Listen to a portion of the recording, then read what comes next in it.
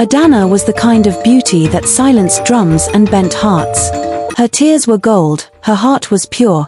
Her parents tried to keep it a secret until it wasn't a secret anymore, but those who touched her tears never lived long enough to spend them. In the land of Umueze, a village cradled by tall palm trees and red earth roads, there lived a young woman named Adanna.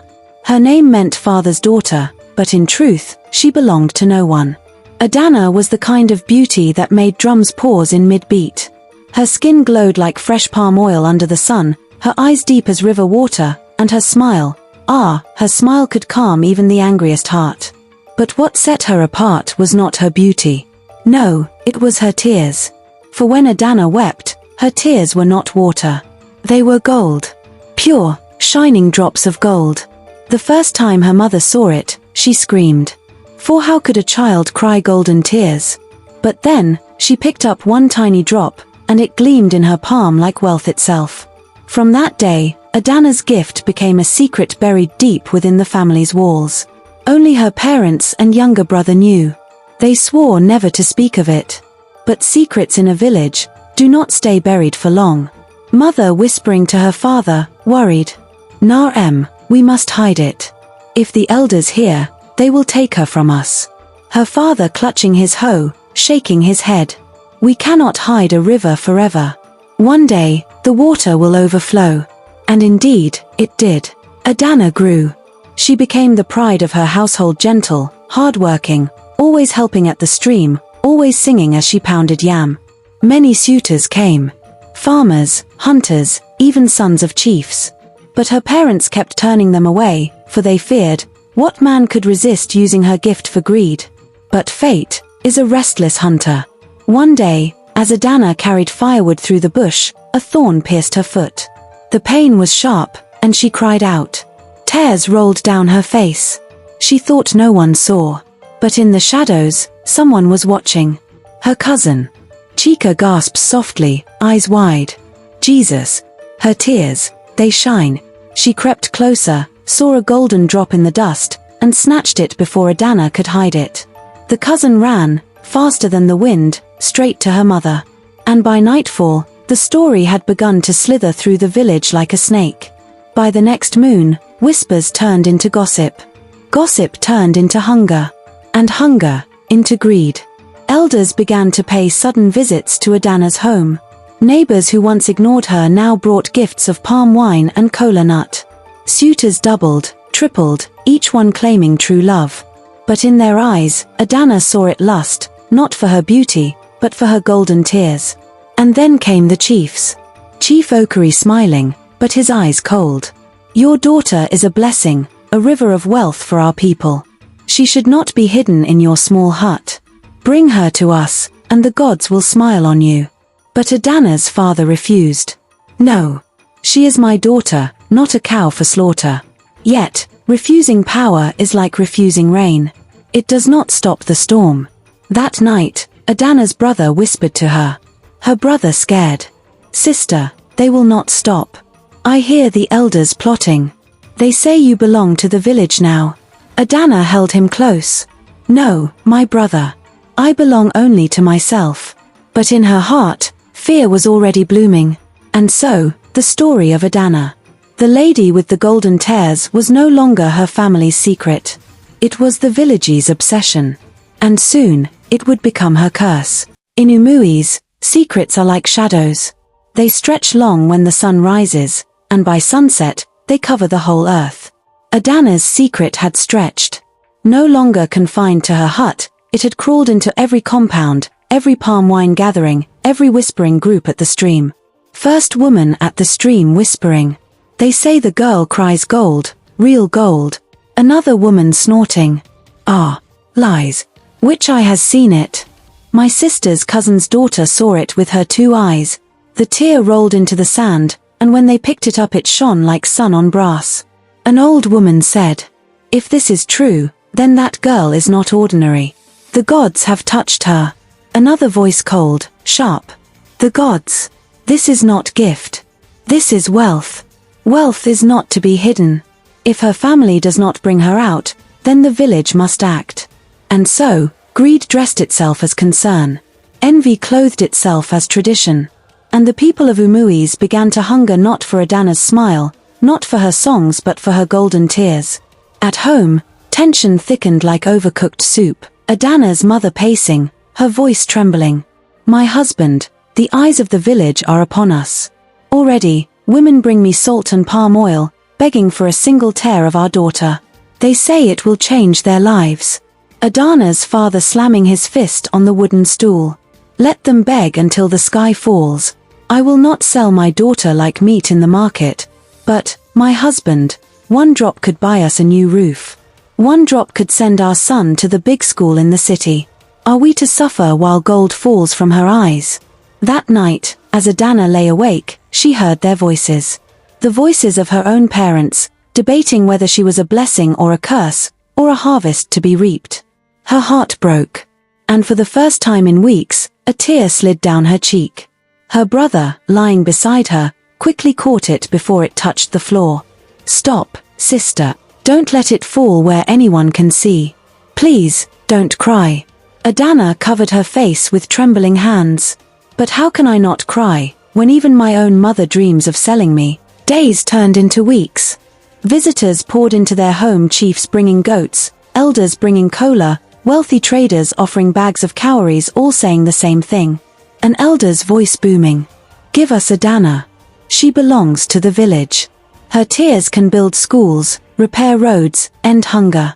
Why should only one family enjoy such a gift? Her father said angrily. She belongs to me. She is my daughter. Another elder snarling. No, she belongs to Umueze. You cannot fight the will of the people. The visits grew darker.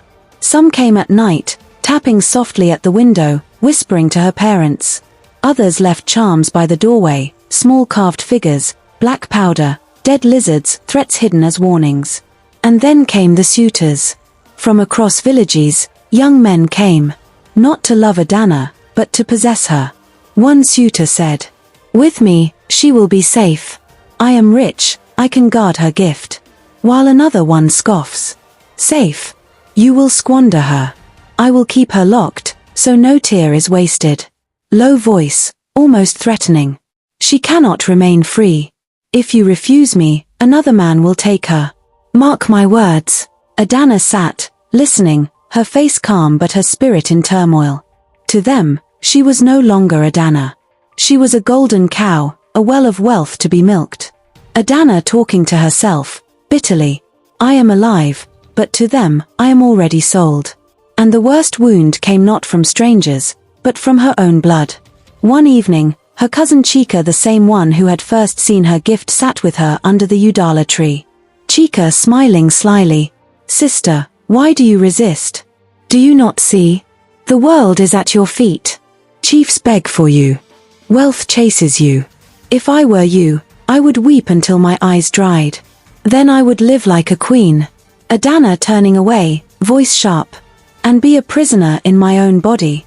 Do you think I wish for this curse? Chika laughed coldly. Curse?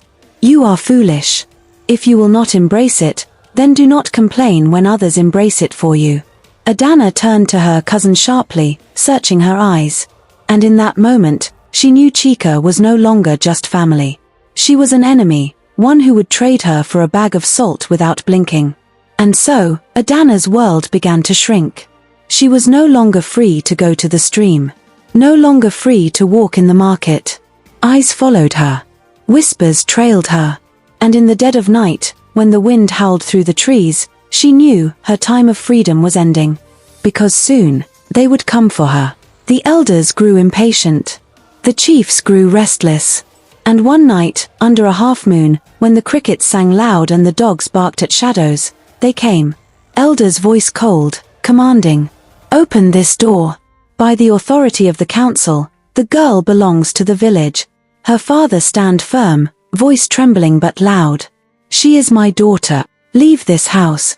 Then a loud bang, door splintering, women screams. The chiefs pushed in, their men carrying torches. The small hut lit up with flames of firelight, shadows dancing on the walls. Her mother sobbing, grabbing Adanna's arm. Please. She is only a child. The village chief snarling. She is not a child. She is wealth. Wealth belongs to the people. If you resist, your blood will pay the price. Adanna's father tried to fight, but 3 men held him down, beating him until blood stained the floor. Her mother clung to her waist, wailing, until she too was dragged away. And Adanna stood frozen. Her heart pounded. She wanted to scream. She wanted to run. But she could do nothing. For she knew, if she cried now, her tears would fall, and they would gather them like vultures around a corpse. So she held her face stiff, swallowing every sob, even as they bound her hands and dragged her out of her father's hut. That night, Umueze gained a treasure. And Adanna lost her freedom. They kept her in the chief's compound, inside a small mud room with only one tiny window. Guards stood outside day and night. She was allowed food, water, clothes but not freedom. And every day, she was brought out before the elders, made to sit on a wooden stool as they watched her. Chief Okari smiling coldly. Do you know why you are here, child? Your tears will build our village. Each drop will buy us land, cattle, soldiers. You are not cursed, you are chosen. Adanna stared at him with hollow eyes, whispering. Chosen, to be a slave. But the chiefs did not care for her pain. They cared only for the gold. They made her sit in silence for hours, telling her stories of the poor, of hungry children, of broken roads. The elder's voice manipulative and soft. If you truly care for your people, Adanna, then cry. Give us 1 drop, and you will save them. But Adanna bit her lip until it bled, refusing to weep. And so, they found another way. They brought villagers before her. Beaten men, crying women, hungry children. They hurt them, tormented them just to make her cry. A hungry boy with weak voice. Sister, please, 1 tear. I am starving. Her eyes filled, but she swallowed it back. Adanna mumbling to herself, trembling. No. If I give 1, they will never stop. They will drain me dry. Days became weeks. Weeks became moons. Adanna's body grew thin, her skin pale. Her spirit dimmed. But still, she refused to give them her tears. Until one day, her mother was brought before her. Adanna mother crying, falling to her knees. Adanna, my child, I cannot bear it. They beat your father half to death. Do something. Adanna's lips trembled. She turned away. Chief Okari smirking. See, even your own mother begs you. Will you deny her? And when her mother's tears fell onto her feet, Adanna's own eyes betrayed her. The chiefs gasped. They rushed forward, catching it in a calabash. Elder shouting in triumph. At last. The river has flowed. The drop was held high, gleaming in the torchlight. That night, drums echoed through the village. Palm wine flowed. Meat roasted. For the chiefs had won. Adanna had cried. But what they did not know was that in forcing her to shed 1 golden tear, they had also planted another seed in her heart. A seed of anger. A seed of revenge. From then on, the chiefs grew greedy. They came often, each demanding more tears. Sometimes they tricked her with sad tales. Sometimes they threatened her family. Sometimes they starved her, hoping hunger would break her. And slowly, Adanna learned something. Each golden tear she shed weakened her body, yes. But it also weakened them. For when they touched her tears, strange things happened. One elder who kept a tear in his pocket grew sick, coughing blood until he died. A chief who melted 1 drop into a bracelet saw his wives turn against him, clawing his face in madness. A wealthy trader who bought a tear to sell in the city lost everything in a single night of fire.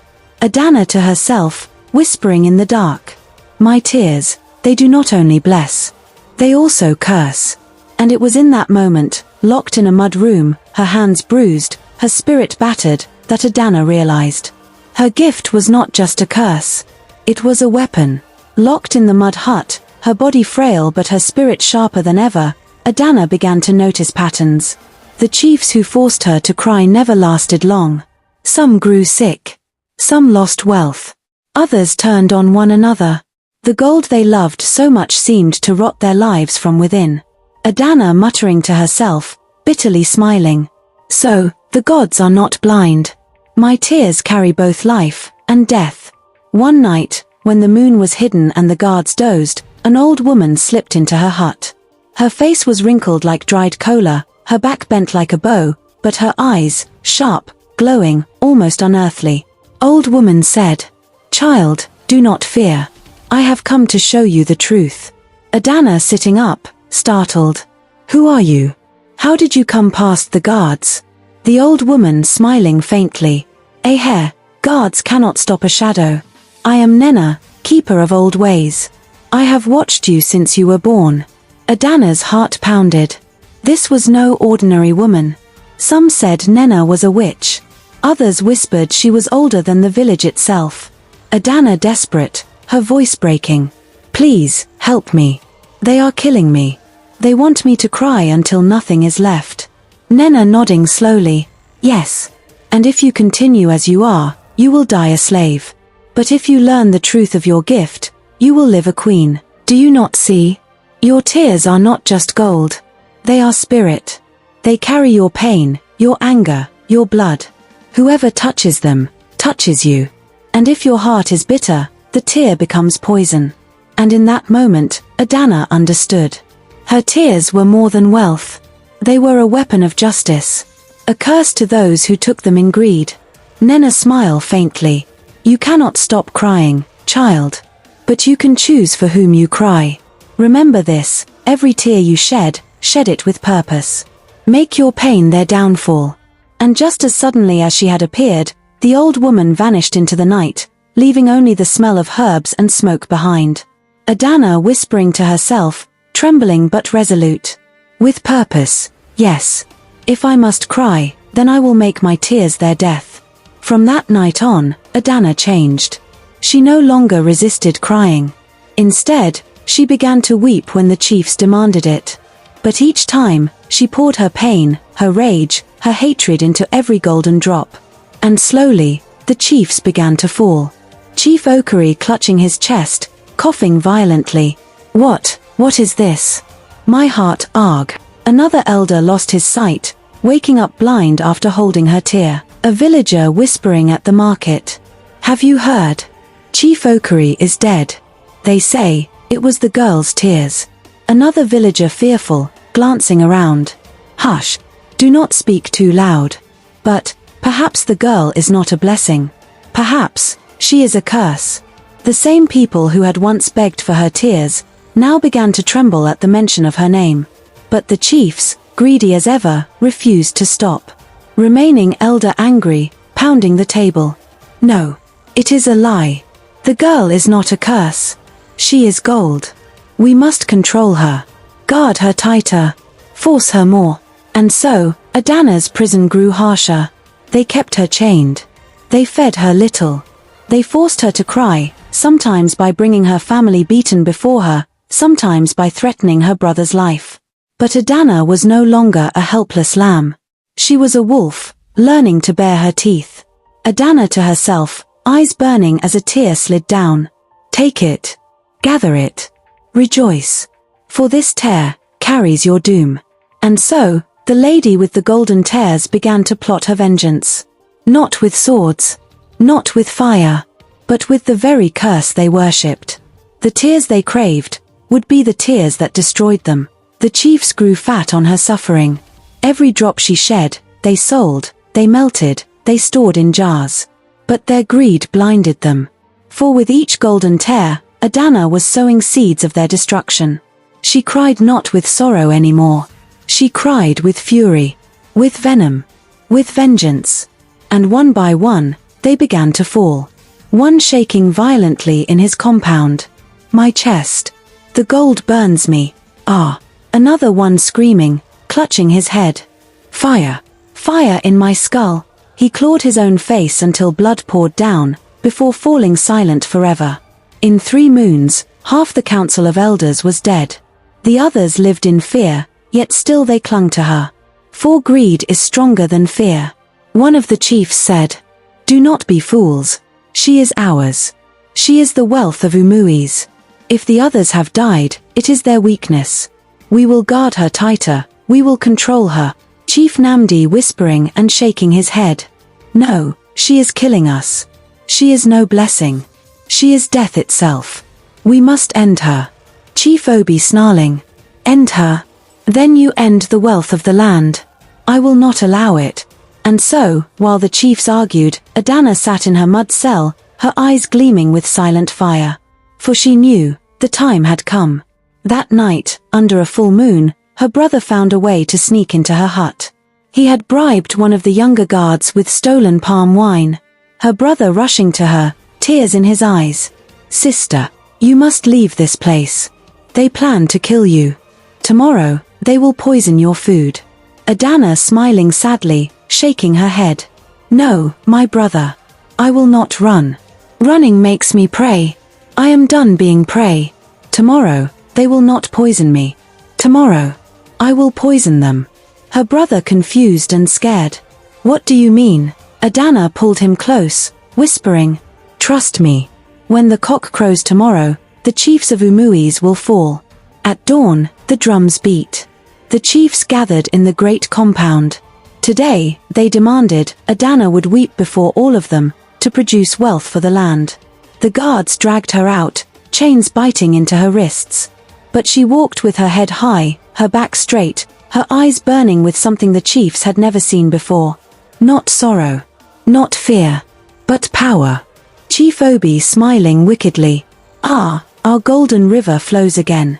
Today, you will weep for us. Cry, girl. Cry, and let us be rich. Adanna closed her eyes. She thought of every beating her father endured. Every sob of her mother.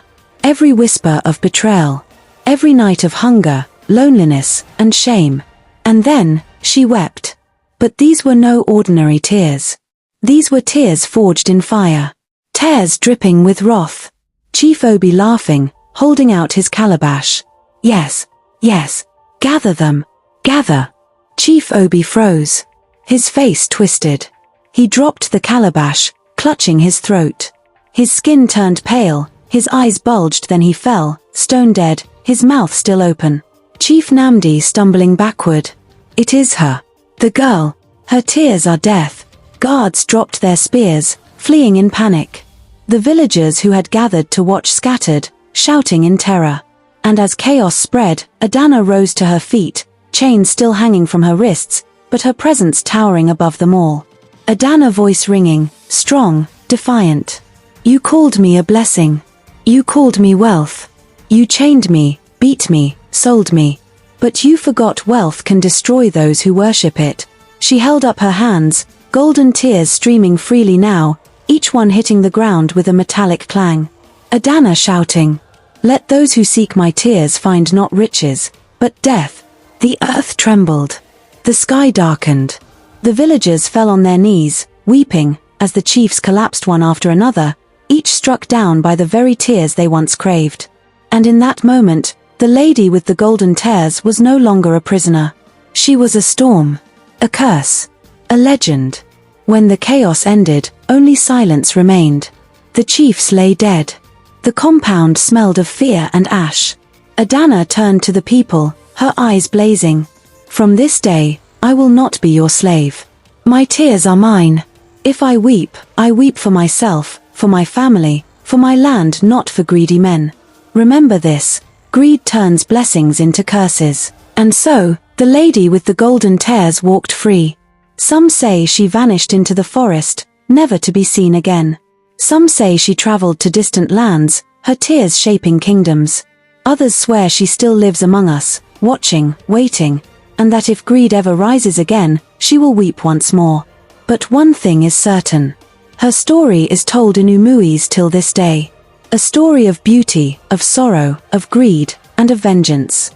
A story of a woman who turned her curse into her crown. She was Adanna, the lady with the golden tears.